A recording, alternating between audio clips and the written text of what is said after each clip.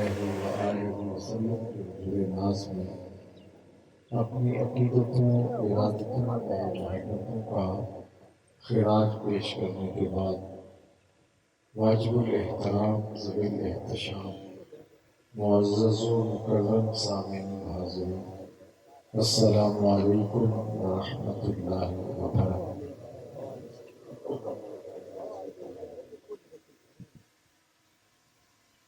علی مرتبہ سامعین حاضرین، جیسا کہ آپ سب کو بذریعہ اشتہار معلوم ہوا کہ آج کی یہ منعقدہ تقریب سنگ بنیاد ہے المصطفیٰ اسلامک سینٹر کا یہاں آغاز کیا جا رہا ہے، جس شوق فراہم کے ساتھ، جس محبت کے ساتھ ہمارے احباب نے یہ قطع عرضی خرید کیا اور یہاں ایک خوبصورت ادارہ تعمیر کرنے کا ارادہ ہے تاکہ اس علاقے کے لوگوں کی خدمت کی جا سکے۔ آپ کو دعوت دی، آپ لوگ تشریف لائے۔ موسم میں تھوڑی سی حدت پیدا ہو گئی تھی اور مجھے لگ رہا تھا بیٹھنا تھوڑا مشکل ہو رہا ہے گرمی میں، لیکن اللہ نے موسم کو کافی مطابقت میں کر دیا جو ہماری طبیعتیں سہ سکیں، تو میں تھوڑی دیر کے لیے آپ سے مخاطب رہوں گا۔ میرے سے قبل ابھی آپ کے علاقے کا بہت بڑا تعارف قاری حضرت پروفیسر مشتاق انور صاحب کی بات ہم نے سنی۔ اللہ ان کے سوز میں، گداز میں، لہجے میں، خدمات دینیہ میں، دینی اور علمی خدمات میں برکت عطا فرمائے۔ ہمارے محترم حاجی عبدالرحمن صاحب، جناب زوال کارا صاحب اور ان کے جتنے بھی رفقاء ان کے ساتھ آج اس تقریب کے انعقاد کا باعث بنے، اللہ سب کو جزائے جزیل عطا فرمائے۔ دینی اداروں کا قیام آنے والی نسلوں کو سنبھالنے کی ذمہ داری ہے، اور ہم اگر اداروں کا قیام کرتے ہیں جو دور موجود میں اتنا آسان نہیں رہا، مشکل ہو گیا ہے، لیکن اگر ہم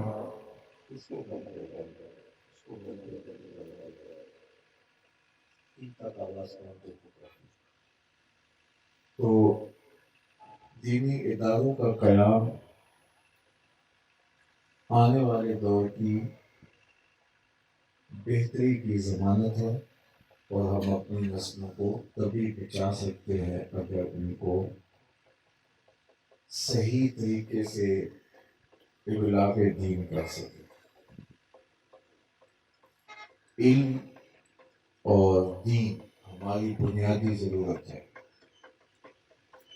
ہمیں اللہ سے علم مانگنے کی ترغیب دی گئی ہے، اور اللہ نے اپنے محبوب علیہ السلام کو معلم بنا کر مبعوث فرمایا ہے، اور بجا طور پہ حضور علیہ السلام نے اس پر ناز کیا، انما بعثت معلما، میں معلم بنا کر بھیجا گیا ہوں۔ حضور کے سینے کو علم کے نور سے بھر دیا گیا، وَعَلَّمَكَ مَا لَمْ تَكُنْ تَعْلَمْ کا تاج حضور کے سر پہ رکھا گیا، لیکن اس کے باوجود محبوب کریم سے یہ دعا مانگنے کی تلقین فرمائی، قُلْ رَبِّ زِدْنِی عِلْمًا، اے محبوب فرما دو اللہ کی بارگاہ میں یہ دعا پیش کرو کہ اے اللہ میرے علم میں اضافہ فرما۔ علم کی طلب کبھی بھی ختم نہیں ہوتی، اور یہ بات میں آپ سے عرض کروں کہ انسان اپنے دوسرے مشارکات سے جو ممتاز ہے وہ بوجہ علم ہے۔ ہمارے مناطقہ نے لکھا کہ انسان اپنے مشارکات سے، دیگر انواع سے جو ممتاز ہے وہ لطف کی وجہ سے ہے۔ باقی مخلوقات بول نہیں سکتی، معافی ضمیر کو نوک زباں پہ جانے سے قاصر ہے۔ حضرت انسان بولنے کی صلاحیت رکھتا ہے، لہذا ناطق ہونے کی وجہ سے، بولنے کی صلاحیت رکھنے کی وجہ سے دیگر مخلوقات سے یہ ممتاز ہو گیا۔ ہمارے مناطقہ نے یہی لکھا، لیکن اعلیٰ حضرت عظیم البرکت امام شاہ احمد رضا خان فاضل بریلوی علیہ رحمہ فرماتے ہیں کہ انسان اپنے دیگر مشارکات سے ممتاز بوجہ علم نہیں ہے، بوجہ لطف نہیں ہے، بلکہ بوجہ علم ہے۔ فرشتوں پر انسانی تفوق بوجہ علم ہوا۔ جب اللہ تعالیٰ نے کہا کہ میں زمین پہ اپنا نائب بنانے جا رہا ہوں، تو فرشتوں نے کہا کہ مالک یہ تو فساد کرے گا، دھیگا مشتی کرے گا، کیونکہ فرشتے جانتے تھے یہ 4 چیزوں کے مجموعے کا مرکب ہوگا: آگ، ہوا، مٹی اور پانی، اور یہ چاروں چیزیں آپس میں مخالفت مزاج میں رکھتی ہیں۔ مزاج کا تفاوت ان کی طبیعتوں کے اندر تفاوت پیدا کرے گا، جس سے باہم الجھاؤ پیدا ہوگا اور ایک دوسرے کے لیے یہ کھڑے ہو جائیں گے، مقابلہ بازی کرتے رہیں گے۔ اس لیے کہا یہ تو فساد کریں گے، دھیگا مشتی کریں گے۔ وَنَحْنُ نُسَبِّحُ بِحَمْدِكَ وَنُقَدِّسُ لَكَ، اور ہم تیری پاکیزگی بولتے ہیں، تیری تسبیح کے ترانے پڑھتے ہیں، تیرے ذکر اور تیری یاد کے چراغ روشن کرتے ہیں۔ تو اللہ تعالیٰ نے فرمایا جو میں جانتا ہوں وہ تم نہیں جانتے۔ پھر آدم علیہ السلام کو مختلف چیزوں کے نام سکھائے گئے، اور وہ چیزیں فرشتوں کے سامنے پیش کر کے کہا مجھے ان چیزوں کے نام بتاؤ۔ اور فرشتوں نے کہا کہ لا علم لنا، ہم نہیں جانتے، ظاہر وہ سکھائے نہیں گئے تھے۔ تو پھر آدم علیہ السلام سے کہا کہ مجھے ان چیزوں کے نام بتاؤ۔ حضرت آدم علیہ السلام نے ایک ایک چیز کا نام بتا دیا۔ امام فخر الدین رازی نے تفسیر کبیر میں لکھا حتی القصع والقصع، یہ بھی بتا دیا یہ پیالہ ہے، اور یہ جو چھوٹے سائز کی ہے اس کو پیالی کہتے ہیں۔ صفاتہا ونعوتہا، ان کے وصف بیان کیے، ان کی خوبیاں بیان کی، طریقہ استعمال بیان کیا، کس میٹیریل سے یہ چیزیں بنتی ہیں، ٹوٹ جائے تو کیسے جوڑی جاتی ہیں، ایک ایک تفصیل بیان کر دی۔ اور اس کو اردو میں یہ کہتے ہیں، عربی میں یہ کہتے ہیں، ہندی میں یہ کہتے ہیں، مختلف زبانوں میں ان کے جو اسماء تھے، نام تھے، وہ بھی بتائے۔ جب سب چیزیں بتا چکے تو اللہ جل شانہ نے فرشتوں سے کہا کہ میں کہتا نہیں تھا کہ جو میں جانتا ہوں وہ تم نہیں جانتے، میں زمین و آسمان کی چھپی ہوئی چیزوں کو جانتا ہوں۔ تو اب میرے شاہکار کے آگے تمہیں پیشانی رکھنا ہوگی۔ اچھا، یہاں رک کے اگر آپ کی توجہ ہو، ایک بات میں آپ کی گوش گزار کرنا چاہتا ہوں، اور وہ یہ کہ اللہ نے دعویٰ تو یہ کیا تھا جو میں جانتا ہوں وہ تم نہیں جانتے، یہی دعویٰ تھا نا، انی اعلم ما لا تعلمون، جو میں جانتا ہوں وہ تم نہیں جانتے، دعویٰ یہ تھا۔ دلیل کیا ہے؟ جو آدم علیہ السلام جانتے ہیں وہ فرشتے نہیں جانتے۔ دعویٰ اپنے عالم ہونے کا تھا، اور دلیل جو دی گئی اس میں فرشتے بے بس نظر آئے جناب آدم علیہ السلام کے علم کے سامنے۔ دعویٰ یہ تھا کہ جو میں جانتا ہوں وہ تم نہیں جانتے، اور دلیل سے کیا ثابت ہو رہا ہے؟ جو آدم علیہ السلام جانتے ہیں وہ فرشتے نہیں جانتے۔ تو دعویٰ ہے اپنے عالم ہونے کا، اور دلیل ہے حضرت آدم علیہ السلام کے عالم ہونے کی۔ اس کا کیا جواب ہوگا؟ تو علماء نے اس میں بڑی خوبصورت باتیں لکھی، کہا کہ حضرت آدم علیہ السلام کا وجود اللہ کے علم کا مظہر بنا، اللہ کے علم کا ظہور وجود آدم سے ہوا. تو کہا کہ دیکھو یہ جو میرا شاہکار ہے تم تو اس کا مقابلہ نہیں کر پاتے، اور علمی تفوق جو اسے دیا گیا ہے تو اس لیے خلافت کا استحقاق اسی کو حاصل ہوگا.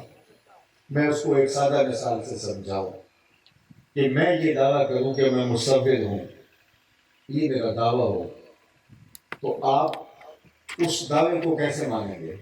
میرے قد کاٹ سے اندازہ کیا جا سکتا ہے کہ میں مصور ہوں. میرے لباس سے، میری وضاقتہ سے، میری پگڑی کے رنگ سے، میرے بولنے کے سٹائل سے، میرے چلنے سے یہ تو معلوم نہیں ہو سکتا کہ میں مصور ہوں. تو دعویٰ میرا ہے میں مصور ہوں، لیکن یہ میری پگڑی نہیں بتا سکتی، میری ویسکوٹ نہیں بتا سکتی، میری چال ڈھال، میری تقریر سے یہ پتہ چلے گا یہ مقرر ہے، لیکن مصور ہے یہ تقریر سے پتہ نہیں چلے گا. تو پھر کیسے میں اپنے مصور ہونے کا اعلان کروں گا، اپنا مصور ہونا کیسے بیان کروں گا؟ تو میں کاغذ کا ایک ٹکڑا لوں گا اور وہ آپ کے سامنے کروں گا کہ یہ دیکھو کاغذ کا ٹکڑا ہے، اور پھر اس کے اوپر کچھ تراشوں گا. خوبصورت تصویر بن گئی، اور میں نے کہا دیکھو کیسی ہے، آپ نے کہا کمال کر دی. تو میں نے کہا کہ یہ میں نے بنائی ہے. تو آپ نے دیکھا اس کاغذ کو، تصویر وہ دیکھی، مصور مجھے مانا. کیونکہ میرا فن مصوری ظہور پذیر ہوا کاغذ کے ٹکڑے پر، تو کاغذ کا ٹکڑا میرے فن کا مظہر بن گیا. فن میرا تھا، ظاہر کاغذ کے ٹکڑے سے ہوا. تو آپ نے مجھے مصور ماننا ہے تو میرے چہرے کو دیکھ کے مصور نہیں مان سکتے. مجھے مصور ماننا ہے تو میری تقریر کو سن کے مصور نہیں مان سکتے، میری چال ڈھال کو سن کے مصور نہیں مان سکتے. یار جب آپ مجھے دیکھ کر کے بھی مجھے مصور نہیں مان سکتے تو جس کو دیکھا بھی نہیں جا سکتا اس کو کیسے عالم مان لیا جائے؟ تو مجھے بھی اپنا آپ بنوانے کے لیے، اپنا مصور اس فن کو بنوانے کے لیے کاغذ کے اوپر لکھنا پڑا، اور کاغذ کا وجود میرے فن کے ظہور کا جو ہے وہ مظہر قرار پایا. کہا دیکھتے کاغذ کو جاؤ اور مصور مجھے مانتے جاؤ. کہا کہ جناب آدم علیہ السلام کا وجود اللہ کے علم کا مظہر بنا، دیکھتے آدم کو جاؤ، عالم مجھے مانتے. اور حضرت شیخ عبدالحق محدث دہلوی علیہ رحمہ نے یہاں ایک اور بڑی خوبصورت بات کی. کہا ہر نبی اللہ کی کسی نہ کسی صفت کا مظہر ہے. اللہ کا ہر نبی اللہ کی کسی نہ کسی صفت کا مظہر ہے. اگر اس کا علم دیکھنا ہے جناب یوسف کو دیکھو، اس کا حلم دیکھنا ہے جناب ابراہیم کو دیکھو، اس کا جلال دیکھنا ہے جناب موسیٰ کو دیکھو، اس کا کمال دیکھنا ہے جناب عیسیٰ کو دیکھو، اس کا حسن دیکھنا ہے جناب یوسف کو دیکھو. کہا تمام انبیاء اللہ کی صفات کے مظہر ہیں، اور پھر بولے کہ میرے مصطفیٰ جان رحمت اللہ کی ذات کے مظہر ہیں. اللہ اکبر. سر سے لے کر پاؤں تک تنویر ہی تنویر ہے. جیسے منہ سے بولتا قرآن وہ تفسیر ہے. سوچتی ہے دنیا مصطفیٰ کو دیکھ کر وہ مصور کیسا ہوگا جس کی یہ تصویر ہے. تو آدم علیہ السلام کا تفوق فرشتوں کے اوپر جو ثابت ہوا وہ حضرت آدم علیہ السلام کا اشیاء کا نام جاننا. تو انسانی شرف اور انسانی عظمت کا ظہور علم کی وجہ سے ہوا. تو آپ نے فرمایا کہ انسان کے لیے فصل ممیز جو مشارکات سے اس کو چیز ممتاز کرتی ہے وہ لطف نہیں ہے، وہ علم ہے. علم کی وجہ سے انسان اپنے مشارکات سے ممتاز ہوا. اللہ اکبر. حضرت امام فخر الدین رازی نے تفسیر کبیر میں وَعَلَّمَ آدَمَ الْأَسْمَاءَ کے تحت بڑی نفیس اور مفصل گفتگو کی ہے کہ شرف علم کی وجہ سے ہے. انہوں نے بہت باتیں لکھی، ان میں سے ایک بات وہ کہتے ہیں کہ انسان تو انسان رہا اور سیکھ جائے تو وہ فرشتوں سے بھی برتر ہو جاتا ہے، لیکن انسان تو انسان ہے، وہ کتا جو سکھلا دیا جائے اور شکار کر کے لائے اس کا مارا ہوا مردار نہیں ہوتا، حلال اور طیب ہوتا ہے، اور جو دوسرا کتا لے کے آئے وہ مردار ہوتا ہے. کہا کتا سیکھ جائے تو حکام بدل جاتے ہیں، انسان سیکھ جائے تو کیا مرتبہ ہو.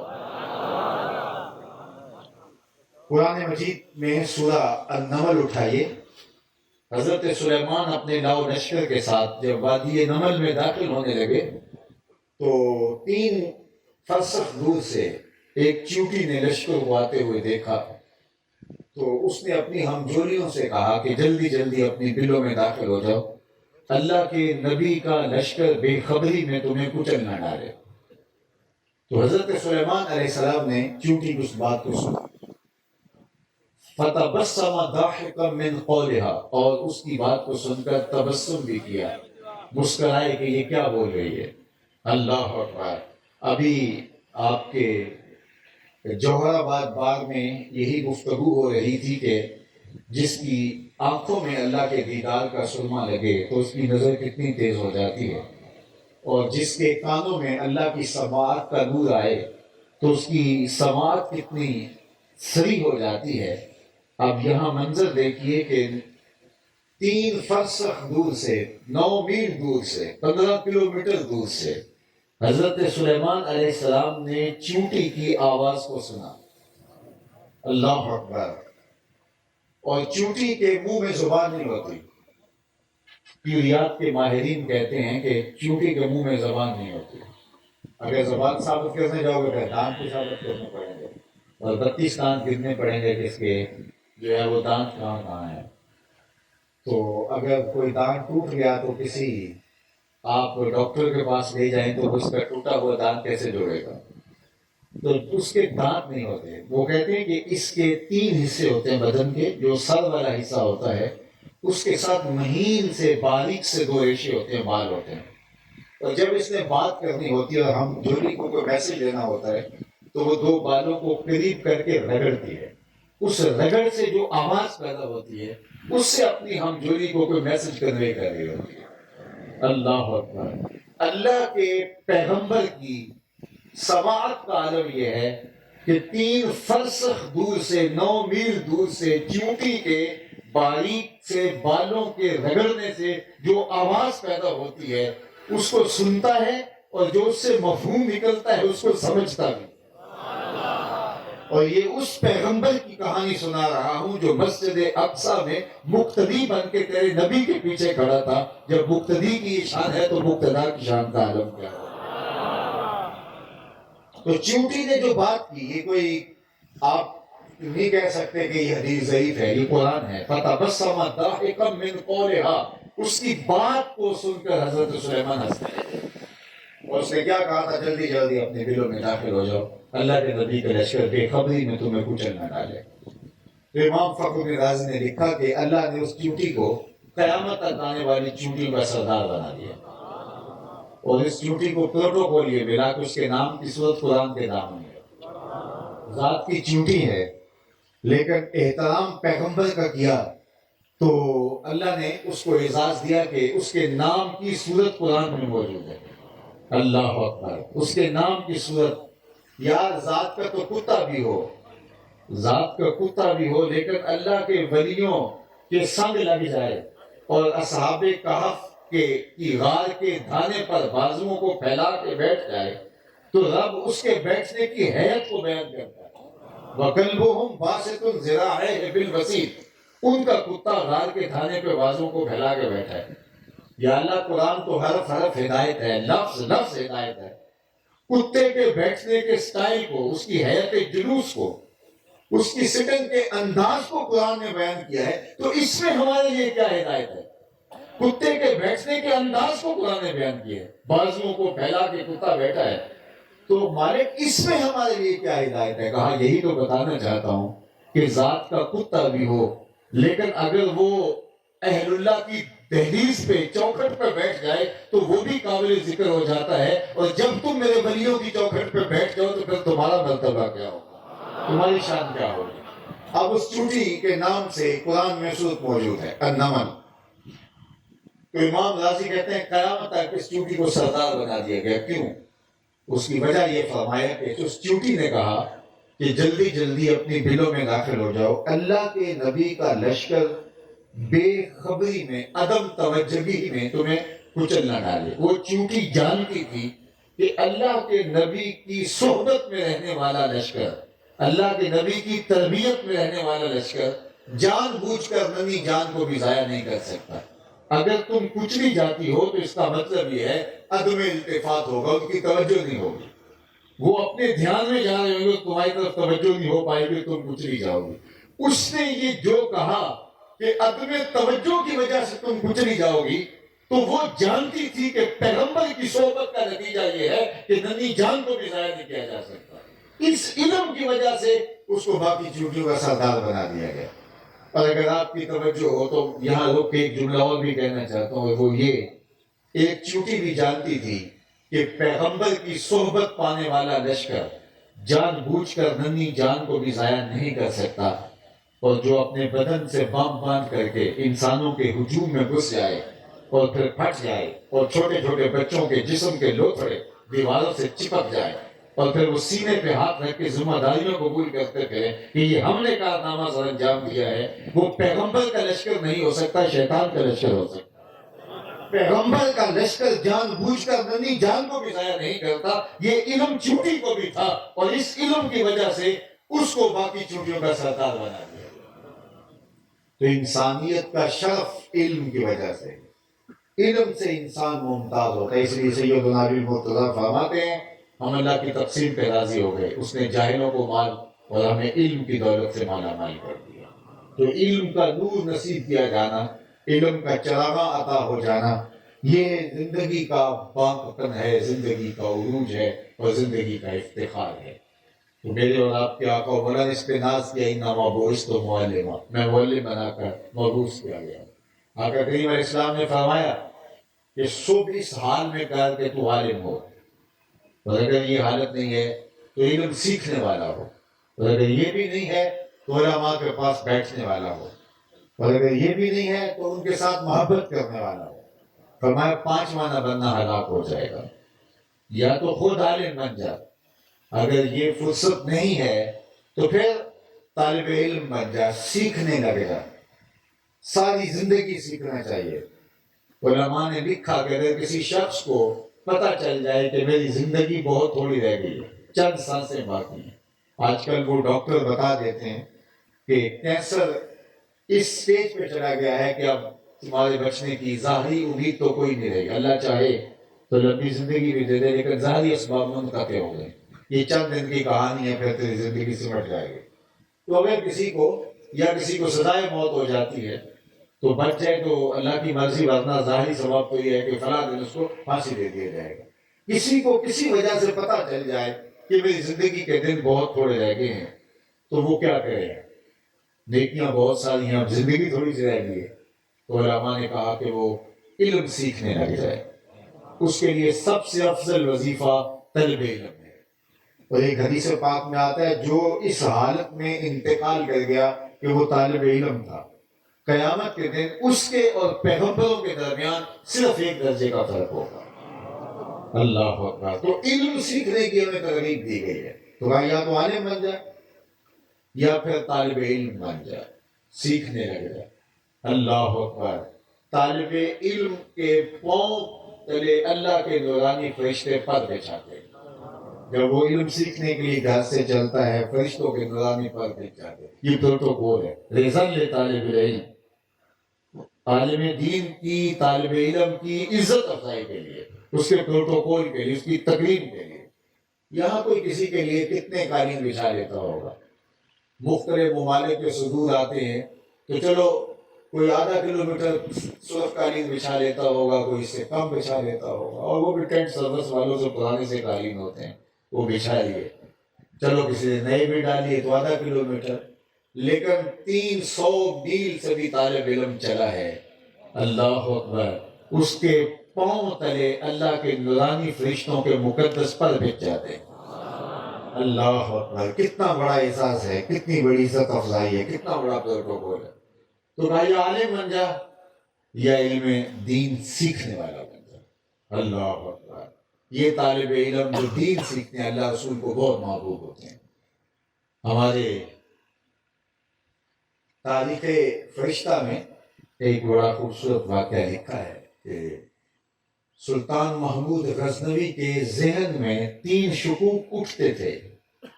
ایک یہ کہ العلماء ورثۃ الانبیاء، یہ جو کہا گیا علماء نبیوں کے وارث ہیں، وہ کہتا تھا اتنا بڑا اعزاز کیسے کہ نبیوں کے وارث ہیں؟ تو یہ کہیں اپنی مدح میں علماء نے یہ حدیث خود تو نہیں گھڑ رکھی. اور ایک شک اسے یہ بھی ہوتا تھا کہ قیامت کے حوالے سے کبھی سوال اٹھتا تھا اس کے ذہن میں. اور تیسرا، میرا والد سلطان سبکت دین ہے یا کوئی اور، یہ بھی اس کے ذہن میں ایک وسوسہ پیدا ہوتا تھا. اس کو کسی نے کہا تھا کہ تو لے پالک ہے. تو یہ تین شکوک اس کے خانے ذہن میں کلبلاتے تھے.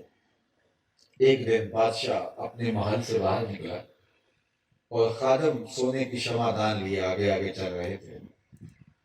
اچانک اس نے ایک منظر دیکھا کہ ایک مدرسہ ہے اور اس کی چھوٹی چھوٹی چار دیواری ہے اور وہاں طالب علم پڑھتے ہیں. مدرسے کی لالٹین میں تیل نہیں ہے، اور جب وہ سبق بھولتے ہیں تو قریب جلتے ہوئے گیس کی روشنی میں جو ایک دکاندار کی دکان پر جل رہا تھا وہاں آتے ہیں، سبق دیکھتے ہیں، دہراتے ہیں، پھر چلے جاتے ہیں. بادشاہ نے پہلی مرتبہ علم دین کے لیے یہ تڑپ دیکھی طلباء کی، اس کا دل پسیج گیا. قریب آیا تو وہ شمع دان ان طلباء کے سپرد کر دیا کہ لو تم جو ہے وہ یہاں. تو طالب علم خوش ہو گئے، اللہ کے رسول بھی راضی ہو گئے. بادشاہ واپس آیا، پلٹا سویا، مقدر جاگے، حضور کا دیدار نصیب ہوا. تو آقا کریم خواب میں ملے اور مسکراتے ہوئے کہا، اے سبکت دین کے بیٹے محمود، تو نے آج میرے ایک وارث کی قدر کی ہے، کل قیامت کے دن تیری شفاعت کروں گا. اللہ اکبر. لہو خورشید کا ٹپ کے اگر ذرے کا جگر چیرے. ایک جملہ کہا، تین شک بھی دور کی ہے، جنت کی بشارت. تو یہ علماء کے وارث ہیں. ہمارے استاد مفتی عبداللطیف رحمۃ اللہ تعالیٰ علیہ فرمایا کرتے تھے کہ یہ جو طالب علم ہوتے ہیں، ظاہر عمر بڑی ان کی کچی سی ہوتی ہے، اور اس عمر میں کھیلنے کودنے کی طرف طبی رجحان اور شغف ہوتا ہے. تو جو بیچارے طالب علم ہیں وہ تو اس عمر کی وجہ سے تھوڑے شہید ہوتے ہیں، لیکن جو مسجد کے اندر آنے والے نمازی اور دائیں بائیں سے وہ ان کو فرشتے کی شکل میں دیکھنا چاہتے ہیں. وہ کہتے ہیں نہ یہ ہنسیں، نہ یہ کوئی جو ہے وہ ایسا کام کریں. تو وہ تو ہر وقت تاڑ میں رہتے ہیں کہ کوئی تھوڑی سی بات ملے اور ہم کہیں کہ یہ طالب علم لڑ رہے تھے، یہ الجھ رہے تھے، یہ کر رہے تھے، انہوں نے پلیٹ پھینک دی، تو وہ تو بہانے تراشتے رہتے ہیں. تو ایک مدرسے کے اندر ایک طالب علم رہتے تھے، اور ایک شخص فارغ البال ہو کے، یعنی سارے کام کاج سے فارغ ہو گیا، بچوں کی شادیاں کر دیں، تو وہ ان طلباء کے لیے وقف ہو گیا. کبھی ان کے لیے گھی کا کنستر اٹھا کے لا رہا ہے، کبھی وہ ان کے لیے آٹے کی بوری اٹھا کے لا رہا ہے، کبھی اور. تو طالب علم اس عمر کے ہوتے ہیں تو انہوں نے اس کا نام رکھ دیا حمار، گدھا. وہ جب بھی بھوک لگی ہوتی ہے وہ کہتے ہیں ٹھہرو ٹھہرو، ہمارا گدھا گیا ہوا ابھی آئے گا تو تمہارے لیے کھانا لے کے آئے گا. تو ایک دوسرے کسی نے بتا دیا کہ یہ تجھے گدھا کہتے ہیں تو ان کی خدمتیں کرتا ہے. اس کو بڑا غصہ آیا کہ میں ان کی خدمت کروں اور یہ مجھے گدھا کہیں، حمار کہیں. غصے سے وہ واپس گھر چلا گیا، میں نہیں کرتا کچھ. رات کو سویا تو قیامت کا منظر جاگا. دیکھتا کیا ہے کہ وہ طالب علم ہیں اور ان کو جنت کا حکم ہوتا ہے، لیکن وہ ضد کرتے ہیں ہم نے نہیں جانا جب تک ہمارا گدھا نہیں جائے گا، ہم نے جنت میں نہیں جانا جب تک ہمارا گدھا نہیں جائے گا. یہ اٹھا اور پھر واپس آ گیا. کہا تو مجھے حمار کہو، گدھا کہو، کھوتا کہو، میں نوکری تمہاری ہی کروں گا، اس لیے کہ تم اللہ رسول کے پیارے. تو خوش نصیب ہیں وہ لوگ جو علم دین حاصل کرتے ہیں، علم دین طلب کریں. تو کہا اس حال میں دن کا صبح کا یا تو عالم ہو یا علم سیکھنے والا ہو. تیسری بات فرمائی، علماء کے پاس بیٹھنے والا ہو. علماء کی صحبت اکثیر ہے، کبریت احمر کا درجہ رکھتی ہے، سرخ گندک کی طرح باطن کی صفائی کا سبب ضروری ہوتی ہے. ایک زمانہ تھا کہ لوگ علماء کی صحبت ڈھونڈتے تھے اور ان کی دہلیز پہ کھڑے رہتے تھے اور ان کے پاس بیٹھنا اپنے لیے اعزاز سمجھتے تھے. لیکن وقت کا بدلتے ہوئے دیر نہیں لگی اور آج ہم کہاں کھڑے ہیں. یہ بات درست ہے کہ آج وہ علماء نہیں رہے، آج رازی رارومی اور غزالی نہیں رہے، لیکن آج ہم بھی تو وہ نہیں رہے. اس لیے علماء کی صحبت کو غنیمت جانیں، ان کے ساتھ جو لمحے جائیں وہ سعادت مند لمحے گزارنے کی کوشش کریں، چند لمحے گزارے ہوئے آخرت کا ذخیرہ ہے۔ چوتھی بات فرمائی کہ یا پھر ان کے ساتھ محبت کرنے والا بن جائے، ان کا پیار تیرے سینے میں ہو۔ اللہ اکبر۔ اور یہ تو کہا ان میں سے کوئی ایک ضرور بننا تو نے، وَلَا تَكُنْ خَامِسًا، لیکن پانچواں نہ بننا۔ اور ہم پانچویں بن جاتے ہیں، ہر وقت تنقید کی زبان کھولے رکھتے ہیں۔ تو علم حاصل کریں، علم نافع حاصل کریں، اپنے بچوں کو عالم بنائیں۔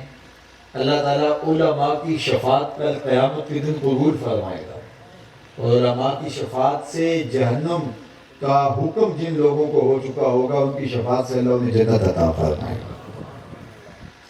یہ فضل و شرف کے مالک لوگ ہیں، ہزار کوتاہیوں کے باوجود، ہزار خامیوں کے باوجود اللہ رسول کے دین کے ساتھ جو مخلص لوگ ہیں، مشقت کرتے ہیں، محنت کرتے ہیں، تبلیغ دین میں لگے ہوئے ہیں، اللہ تعالیٰ ان کے لیے رحمتوں کے دروازے کھولتا ہے۔ تو وہ لوگ جو حضرت شیخ احمد مجدد الفسانی علیہ رحمہ، آپ کو آپ کے کسی مرید نے نذرانہ بھیجا، یہ بات بڑی سننے کی ہے، اور لکھا کہ یہ آپ کی درسگاہ کے طلباء اور آپ کی خانقاہ کے فقیروں کے لیے ہے۔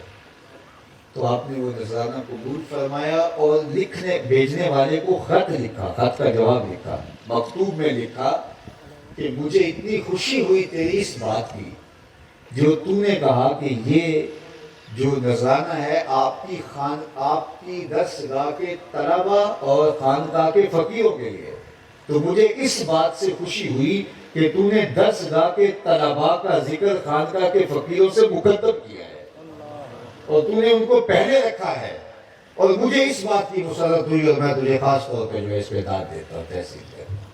اور حضرت مجدد الفسانی ایک دوسرے مقام پہ لکھتے ہیں کہ دیگر مدات میں خلوص کے ساتھ اللہ کی راہ میں جو دیگر مدات ہیں ان میں لاکھوں روپے خرچ کرنے سے اعانت دین کے لیے ایک دام خرچ کرنا افضل ہے، یعنی ایک ٹکا خرچ کیا جائے جس سے دین کو تقویت ملتی ہے، اور دوسری طرف بھی نیکی کے لیے صدقات کیے جائیں اور وہ لاکھوں روپے ایک طرف اور اعانت دین کے لیے خرچ کیا گیا ایک طرف، تو یہ ایک دام بھی لاکھوں سے افضل ہوگا۔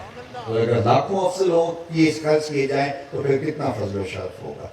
تو یہ درسگاہ جو آپ کے ہاں بنائی جا رہی ہے، اس کے ساتھ آپ یوں کھڑے ہوں کہ یہ جو ہے وہ سالوں میں نہیں مہینوں میں یہ اپنے تکمیل کے مراحل کو طے کرتی ہوئی منزل آشنا ہو۔ اور یہاں مجھے کل بھی فرحت ہوئی، ایک تو بڑی کشادہ اور بہت صاف صاف آب و ہوا یہاں دکھ رہی ہے، اور پھر مطلب سڑک ہے عمومی طور پہ درسگاہوں کے اندر جو ہے وہ جانے آنے کی سہولیات جو ہے وہ نہ ہو تو مشکلات بہت پیش آتی ہیں۔ تو یہ مطلب سڑک، یہ خوبصورت ادارہ جہاں تعلیم و تعلم کا مرکز بنے گا، وہاں بہت سارے لوگوں کے لیے ترغیب کا ذریعہ بھی ہوگا۔ تو میں اپنے ان دوستوں کو مبارکباد پیش کرتا ہوں، آپ سب لوگوں کو بصمیم قلب مبارکباد پیش کرتا ہوں کہ آپ لوگ تشریف لائے، اس موقع پہ حوصلہ افزائی کی اور سنگ بنیاد کے مرحلے پر شامل ہو کر کے اس موقع کو آپ نے جو ہے وہ تاریخی موقع کو جو ہے وہ اپنے دل و دماغ کے اندر سنویا۔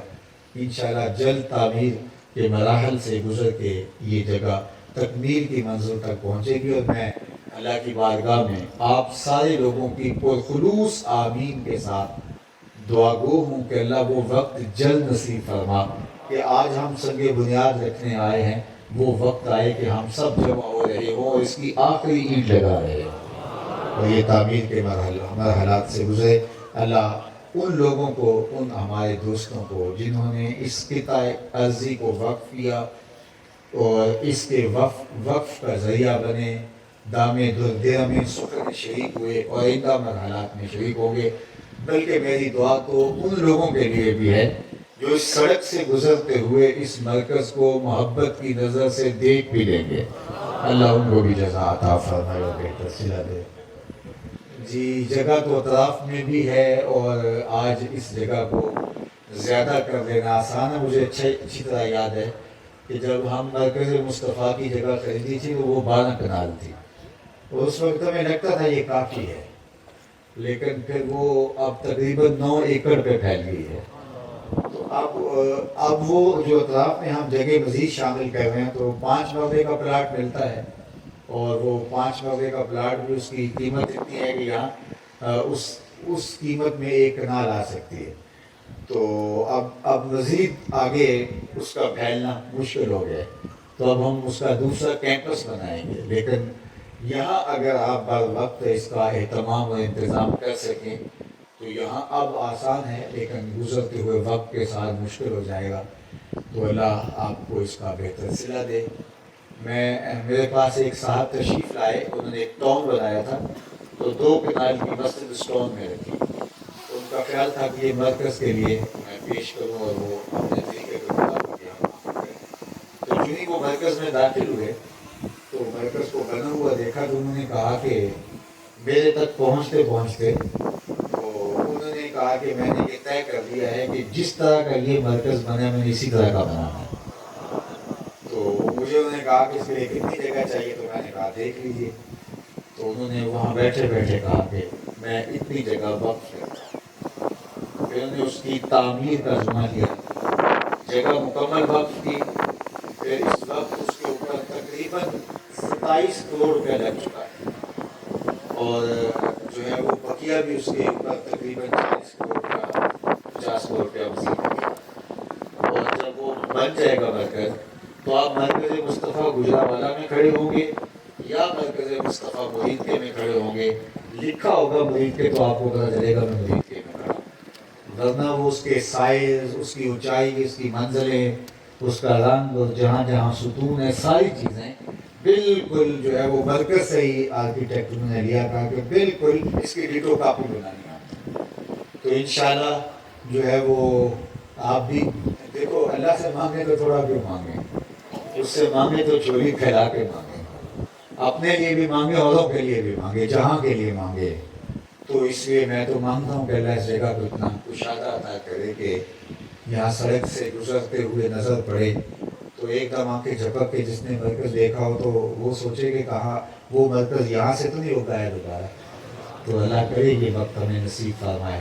تو بہرحال یہ قطع عرضی بھی بہت مناسب جگہ پہ مجھے بہت پسند آیا، اور اللہ کو نصیب نہ ہوا تو یہ نصیب ہو گیا، تو جو ہے منظور نہ ہوا تو یہی نصیب ہو گیا، تو یہ بھی ہمارے لیے کافی ہے. ایک بار اس کے لیے کوشش جاری رکھنی چاہیے. جب چیزیں بن جاتی ہیں تو دوبارہ ایڈ کرنا مشکل ہو جاتا ہے. اللہ آپ کو اپنے امان میں رکھے. میں آپ سب لوگوں کا، عالی مقبرت مہمانوں کا، علماء کا، حضرات سامعین کا شکریہ ادا کرتا ہوں، اور بار دیگر اپنے ادارۃ المصطفیٰ حلقہ جوہر آباد خوشاب کے دوستوں کا، ان کا جو ہے وہ شکریہ ادا کرتا ہوں، اور آپ سب لوگوں کو ان کا دست و بازو کرنے کی تلقین کرتا ہوں. وآخر دعوانا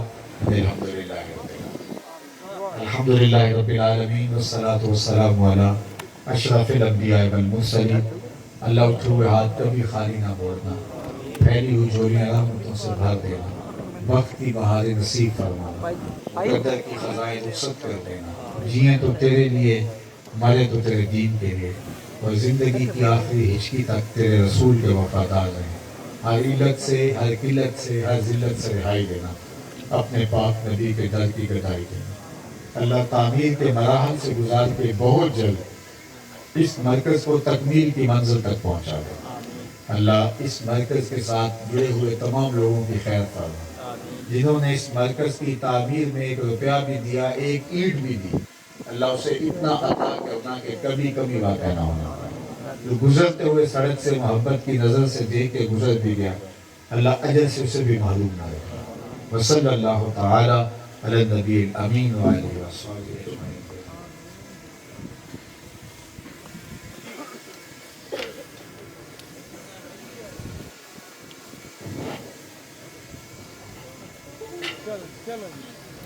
آگے بس